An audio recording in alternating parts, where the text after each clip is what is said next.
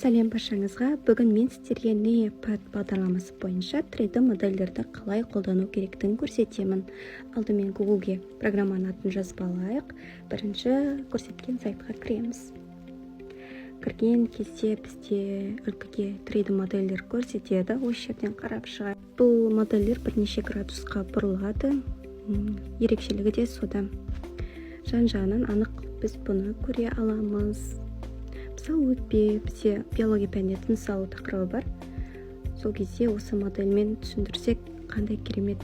Әрі қарай NeoPad деп жазылып тұрған жоғары белгіге басамыз. Сол кезде бізде осындай тақта ашылады. Әрі қарай астына түсіп, екінші жасылмен белгіленген бөлікті басайық. Яғни біз қазір тегін тіркелуге кіріп жатырмыз. Әрі қарай Google белгісін белгілейміз.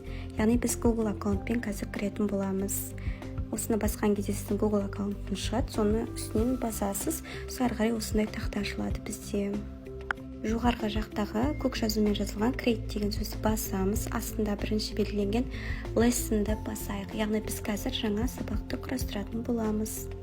Жалпы бұл жерде біз жаңа сабақтың презентациясын жасай аламыз.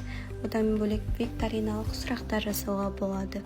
Енді қазір біз өзіміздің сабағымызға 3D модельді қосу үшін NeoPad 3D дегенді басайық. Сол кезде бізге әртүрлі модельдерді шығарып береді. Осы программаның ішіндегі осы жерден өзіңізге қажеттісін таңдап алып, яғни өзіңіздің тақтаңыздан көрсете берсеңіз болады. Міне осылай ашылады.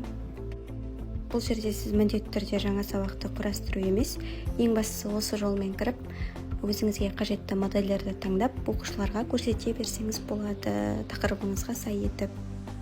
Неге осы жолмен 3D модельдерді өзіңіздің сабақтарыңызда қолданып көріңіздер.